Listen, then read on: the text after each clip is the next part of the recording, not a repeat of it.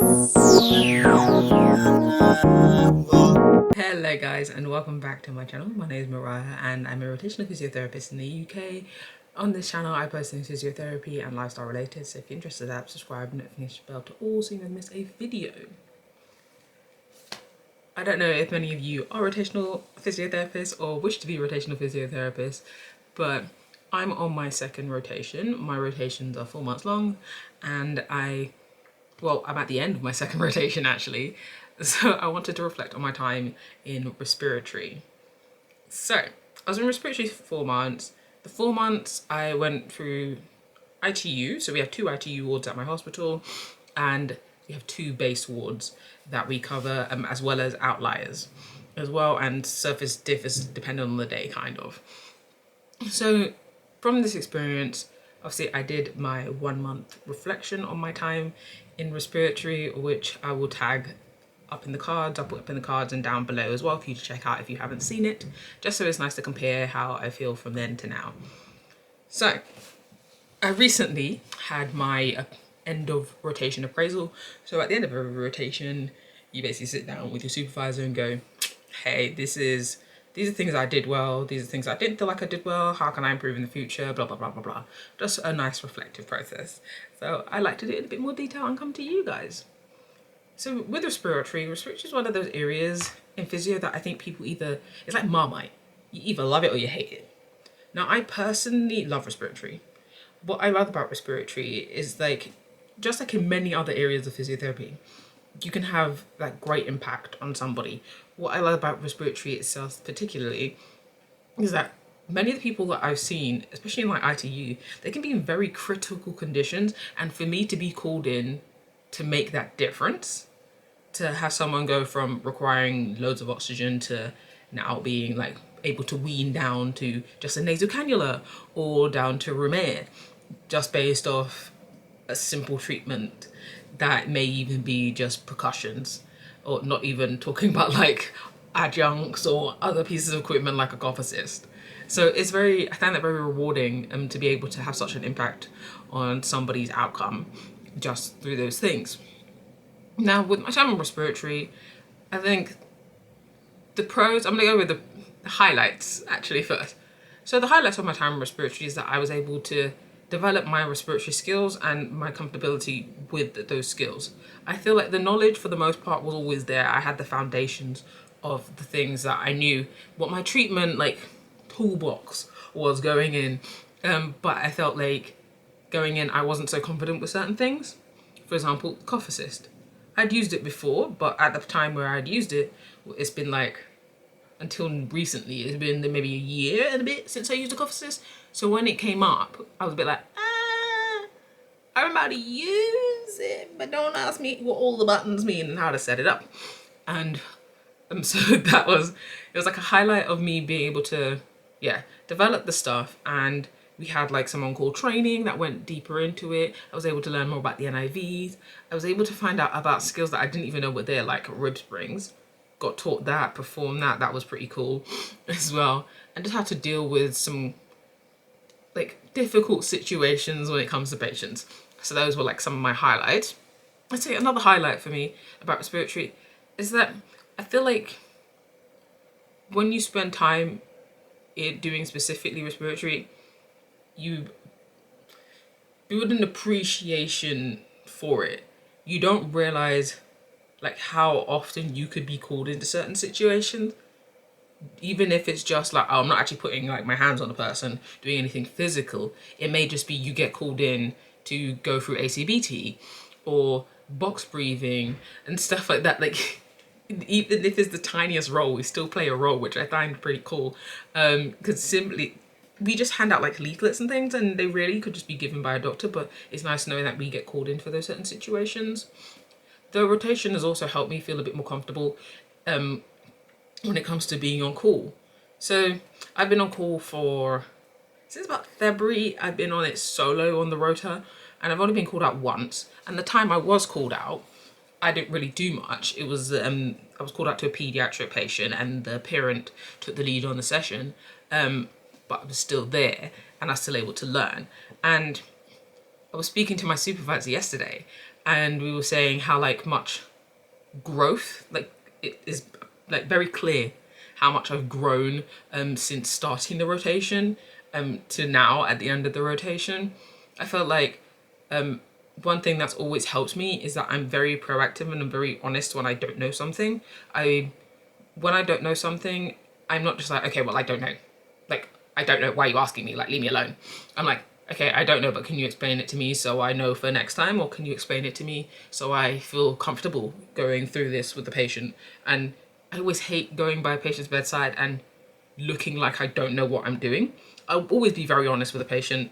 If there's something I don't know, I'm like, sorry, either this isn't my realm, or sorry, I'm not experienced in this, but I will find someone who is. I'm very much like that, and my supervisor was basically saying that's a good thing about me, that I'm very transparent in that. But the other day, when I was on my weekend shift, I knew I'd like hit a very comfortable point in respiratory when I was able to guide my colleague over the phone through a chest treatment. Like, I was able to be like, okay, now let's take it back. What do you see? What do you hear? What are you thinking? Okay, now we have this out of treatment. Here we go about this. And if you'd asked me to do that at the start, I may have been able to do what I did.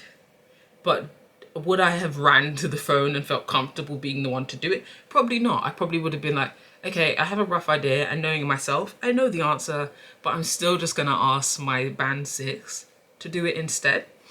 But the fact that I didn't shy away from it and asked my colleague who was on shift with me, who's more experienced than me, to do it, I felt like, okay, girl, you're getting comfortable.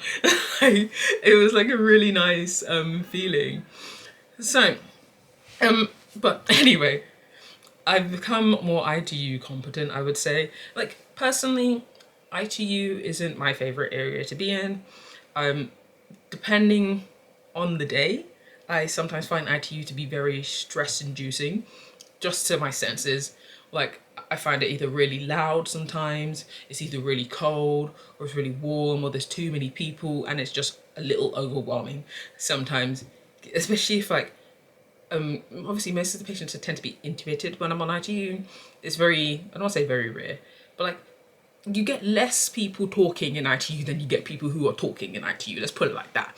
So when I get in situations where like I'm trying to see a patient, but then obviously like the doctors are doing board round, and I'm trying to like, okay, let me get this chest assessment out of the way first before the doctors come around, because one, in my experience, many of the doctors don't respect the fact that I was there first and that I'm listening, and they'll either start talking to the patient if the patient's awake, while I'm trying to listen to the chest, and I'm like, okay, like, dude, you're messing up my assessment here.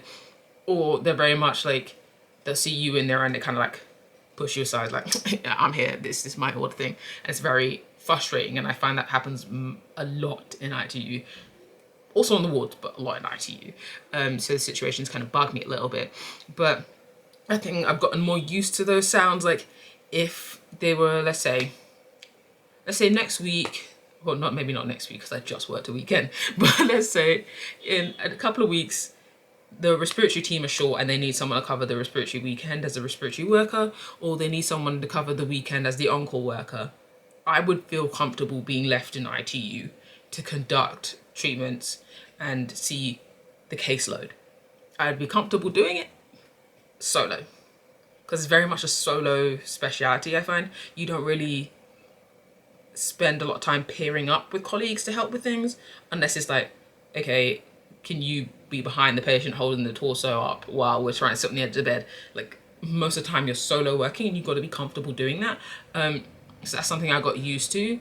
I think for me, because I'm a very social person, I needed to find the balance very early on how to navigate my feelings around that, getting that solo aspect of the day, but also getting that social aspect of the day. And I found what really helped for me was making sure that I always got to lunch on time, so I could have that social interaction at that point in the day. So that was really nice.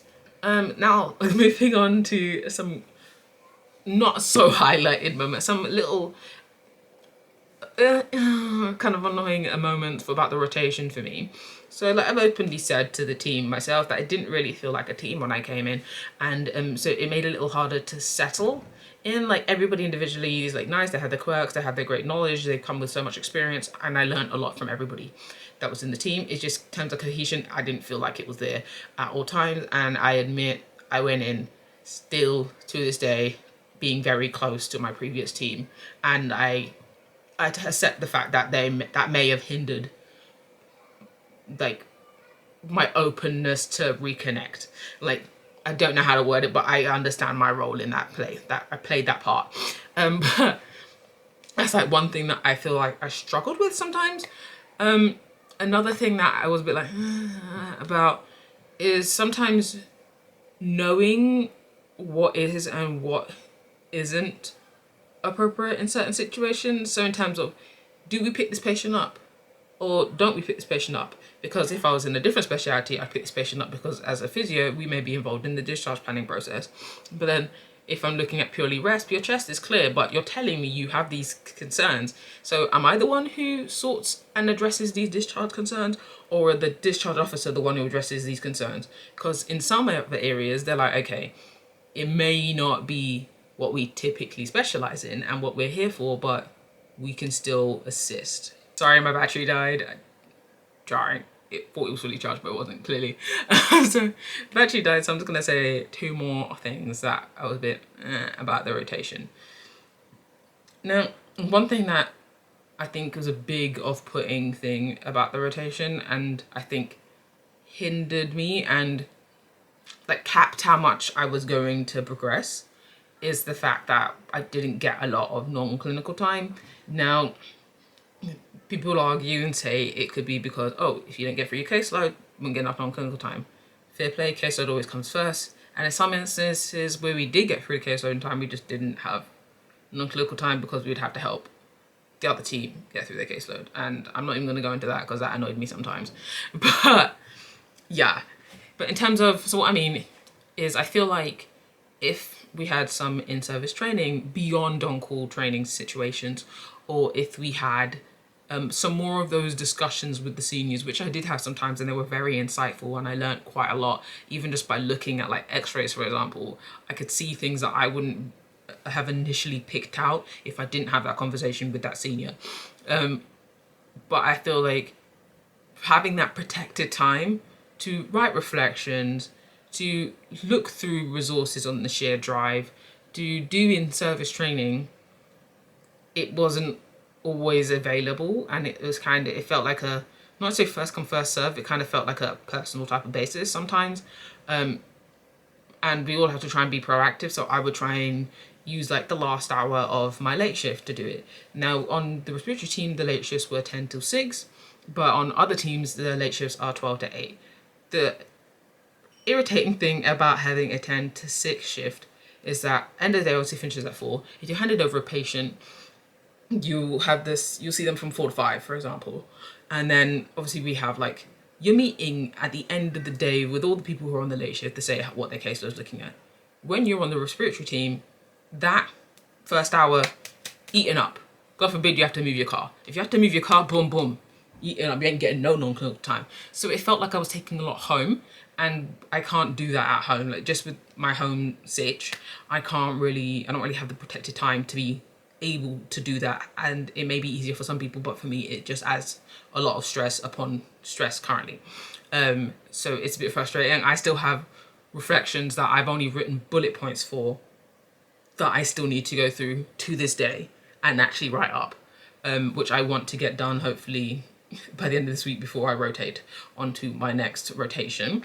Another thing, like the last thing I would say that I'm like about respiratory, I feel like those in respiratory, you can see their love for respiratory, that you can really see it, but I don't think they know how to advertise respiratory enough to promote it and make it I don't want to say interesting, but like make it appealing and people more likely to jump onto the speciality.